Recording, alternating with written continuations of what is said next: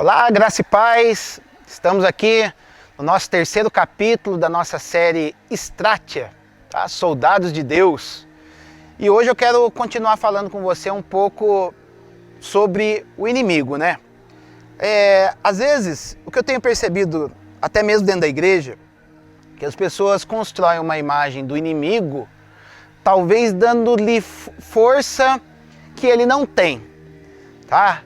A gente tem que, em primeiro lugar, entender que Satanás, originalmente, ele era um querubim. Querubim é uma classe de anjos que ficam abaixo do trono de Deus, tá?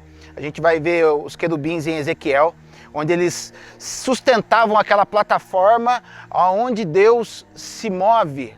Então, os querubins são uma classe de anjos, anjos poderosos, que ficam abaixo do trono de Deus. E Satanás, que alguns autores vão chamar ele de Lúcifer, né? Ele era um desses querubins e ele fazia todo um serviço de Deus. E Ezequiel 28 vai dizer que ele era o sinete da perfeição. Ele era aquele querubim que se destacou. E pelo fato dele ter se destacado, Deus, ele deu uma posição proeminente para esse querubim, onde esse querubim ele caminhava num pré-Éden, onde ali haviam pedras afogueadas, aonde ele se estabeleceu. Mas vai dizer a palavra de Deus até o momento que elevou-se o seu coração, ou seja, ele se encheu de orgulho. Ele achou que ele era o cara, ele achou que não precisava de Deus, ele achou que por algum instante ele poderia roubar, não o lugar de Deus, mas o lugar de Cristo. E Deus o expulsa daquele lugar, daquele Monte Santo, e o fez perecer. E às vezes a gente acha que pelo fato de Deus ter feito isso, Satanás é aquele cara poderoso que se estabeleceu no lado obscuro da força, onde Deus tem que fazer todas as suas estratégias para se livrar de Satanás. Gente, a gente tem que entender que não é isso. Ele, como sendo criado por Deus, ele sequer pode levantar os olhos contra o nosso Deus. Tudo está no controle de Deus. Quando a gente vê ele fazendo algumas das suas arruaças, de alguma forma é uma permissão que Deus deu para que ele pudesse agir. Então o que define ele agir em algum lugar ou não? É a legalidade. Satanás não pode agir sem uma legalidade. Nós vamos ver Satanás aparecendo no livro de Jó, capítulo 1, verso 6. Vai dizer que um certo dia Deus reúne os seus filhos e lá apareceu também a Satanás. Porque ele era um dos filhos, ele é um dos filhos de Deus, um filho rebelde, mas é um dos filhos de Deus. E lá apareceu Satanás.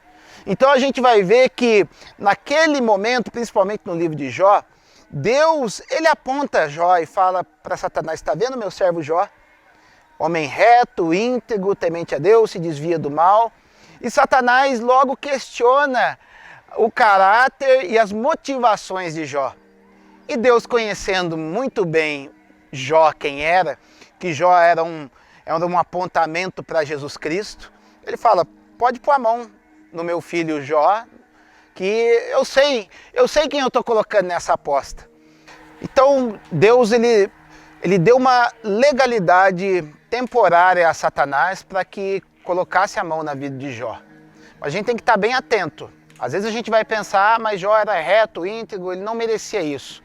Essa questão do não merecimento das dores é um pensamento errôneo que nós temos.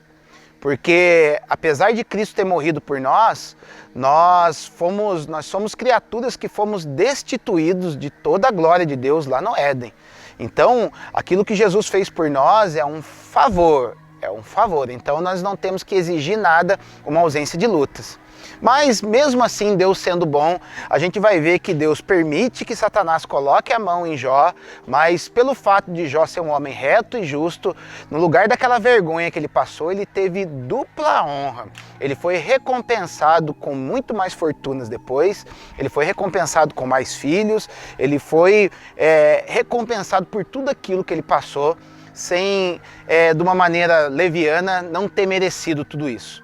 Mas o que eu quero reforçar é a questão da legalidade. O inimigo só vai poder atuar em nossas vidas, o inimigo só pode atuar onde ele encontra uma legalidade. Porque o reino espiritual, ele é legislativo, ou seja, é como funciona o nosso poder legislativo aqui na Terra.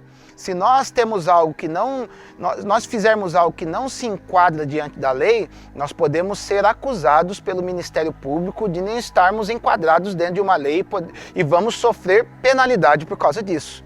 No reino espiritual é a mesma coisa. Mas talvez eu possa perguntar, mas Jesus não limitou ou desabilitou a ação do inimigo? Não. Porque o processo de inimigo, o processo de Satanás continua sendo legislativo. Nós só somos guardados por Deus nas áreas onde o sangue de Jesus Cristo está nos purificando de todo pecado. Áreas que não foram purificadas do pecado, elas são vulneráveis ao inimigo agir.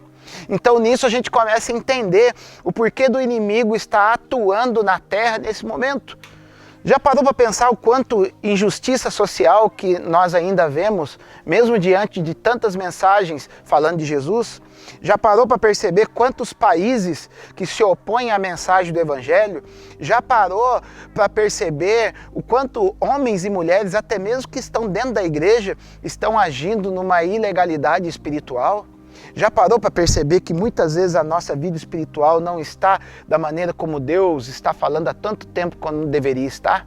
Então é momento onde Deus ele está permitindo que o inimigo atue na vida das pessoas para que nós possamos buscar refúgio, nós possamos buscar cura e nós possamos agora entrar num processo de santificação, num processo de que o sangue de Jesus esteja em todas as áreas da nossa vida para que a gente possa entrar para essa guerra. No próximo capítulo eu vou falar da nossa entrada na guerra efetivamente, mas não adianta nós entrarmos na guerra estando vulneráveis. Não adianta nós entrarmos numa batalha judicial estando pendentes com algumas coisas no governo. Não adianta a gente cobrar algumas coisas sendo que o nosso nome está no SPC espiritual. Nós precisamos estar com a nossa vida íntegra, nós precisamos estar com a nossa vida debaixo do esconderijo do Altíssimo, ou seja, debaixo dos fundamentos e da mentalidade de Cristo, para que a gente possa entrar numa guerra. Porque, como eu disse nos vídeos anteriores, a primeira coisa que tem que mudar na nossa mente é a mentalidade. Porque Satanás ele está tentando mudar a mentalidade de todo mundo. Através do quê? De tudo aquilo que eu falei da mídia, de todos os processos, de toda a propaganda que tenta fazer com que o pecado seja natural. Já parou para perceber que lá atrás nós olhávamos algumas coisas que nós considerávamos pecado e hoje parece que isso, entre aspas, não é tão pecado assim? Gente, Deus não mudou. Pecado continua sendo pecado desde lá do Éden até agora. Os pecados não variam diante de Deus. E a nossa perspectiva, a perspectiva de Deus é que nós nos enquadremos a mentalidade de Deus para entender o que é santo, para entender o que é profano, para que a gente possa adquirir somente aquilo que é bom, adquirirmos somente aquilo que é proveitoso, para que a gente possa ir para essa guerra fortalecidos no Senhor. A questão é entrarmos numa guerra fortalecido. Todo pecado vai nos enfraquecer. Todo pecado é uma escravidão e toda escravidão tira a nossa força, mina os nossos recursos espirituais, os nossos recursos energéticos. Mas toda liberdade que Cristo proveu para nós na cruz, ela vai nos habilitar numa mente de Cristo e numa energia que provém da parte de Deus, para que a gente possa entrar nessa guerra de maneira plena e vitoriosa, a qual eu vou falar com vocês no próximo episódio. Aguarde com expectativa para amanhã, no próximo episódio, onde eu vou falar das ferramentas que Deus já nos habilitou e que nós vamos buscar para poder entrar nessa guerra e sermos vitoriosos, porque somos a Estrátia de Deus. Deus abençoe.